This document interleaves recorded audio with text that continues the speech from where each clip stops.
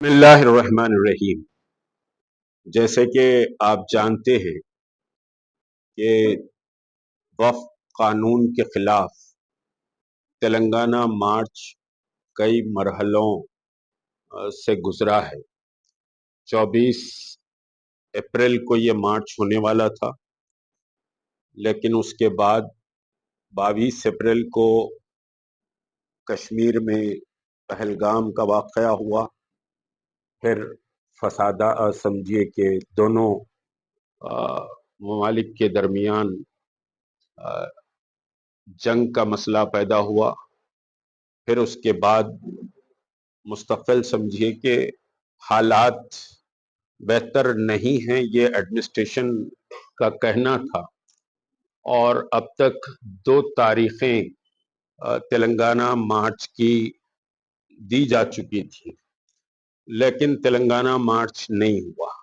ریاست تلنگانہ کے مسلمان اور سیکولر طاقتیں جو ملک کے دستور کی بقا کی لڑائی میں ہمارے ساتھ کھڑی ہوئی ہیں، وہ سب اس تلنگانہ مارچ کا بے صبری سے انتظار کر رہی ہیں۔ اور آج ایک نئی تاریخ کا ہم اعلان کر رہے ہیں۔ یہ نئی تاریخ جو آپ کو دی جا رہی ہے، بہرحال مرکز سے سمجھیے کہ بات ہوئی ہے، یعنی یہاں کی جو حکومت ہے اس کے ہائی کمانڈ سے بھی بات ہوئی ہے، اور یہاں بھی کچھ ذمہ داروں سے بات ہوئی ہے، پولیس ایڈمنسٹریشن سے بھی انہوں نے گفتگو کی ہے۔ اس کے بعد تاریخ طے کی گئی ہے 31 مئی کو دھرنا چوک پر انشاءاللہ تلنگانہ مارچ ہوگا، اور یہ تاریخ قطعی اور آخری تاریخ ہے۔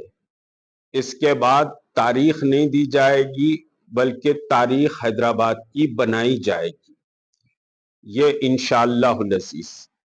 یہ سمجھیے کہ آخری تاریخ ہے، اور اس کے بعد مارچ کی تاریخ تبدیل نہیں ہو سکتی۔ یہ لڑائی انتہائی اہم لڑائی ہے۔ ابھی سپریم کورٹ میں بھی سمجھیے اس پر بحث جاری ہے۔ مختلف انداز سے مرکزی حکومت سپریم کورٹ کے بینچ کو سمجھیے کہ راضی کرنے کی کوشش کر رہی ہے، اور جو مسلم جماعتوں کی طرف سے جو پٹیشن ڈالے گئے ہیں، وہ وکلا بھی اپنی بھرپور کوشش کر رہے ہیں۔ بحث آج بھی بہرحال جاری رہی، اور اصل مسئلہ دیکھیے، اس بل کے کوئی ناک منہ کان سمجھیے سیدھا کرنے کا مسئلہ نہیں ہے، بلکہ یہ جو بل ہے، یہ بل ہی پورا مسلمانوں کی وقف جائیدادوں کے خلاف ہے، مسلمانوں کی شناخت کو مٹانا چاہتا ہے، مسلمانوں کی مذہبی آزادی اور مسلمانوں کی مذہبی عبادت گاہوں کو نقصان پہنچانے کی کوشش ہے۔ کیونکہ یہ جو اب ایکٹ بن گیا ہے، یہ ایکٹ ان ایکٹ بھی ہو گیا ہے۔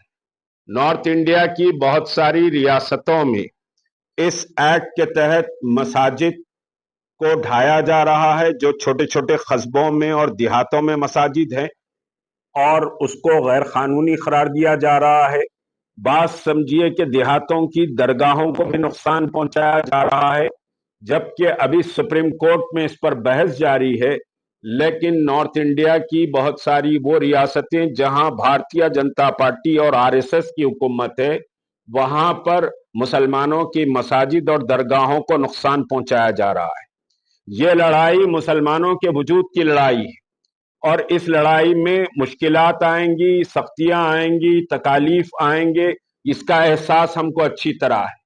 کیونکہ کوئی چیز سمجھیے کہ صاحب جب حکومت سے کوئی قانون کو واپس لینے کی بات ہے، تو مخمل پر چل کر سمجھیے قانون واپس نہیں لیے جاتے، اس کے لیے سخت جد و جہد درکار ہوتی ہے۔ اور ہم نے بڑے صبر اور استقامت سے 5 اپریل سے آج سمجھیے کہ 22 مئی ہے، ہم صبر اور استقامت کے ساتھ حکمت عملی کے تحت اس احتجاج کو لے کر چل رہے ہیں۔ اور آپ کو بتاؤں، جوائنٹ ایکشن کمیٹی نے مساجد کے سامنے جو احتجاج کا اعلان کیا تھا، اس وقت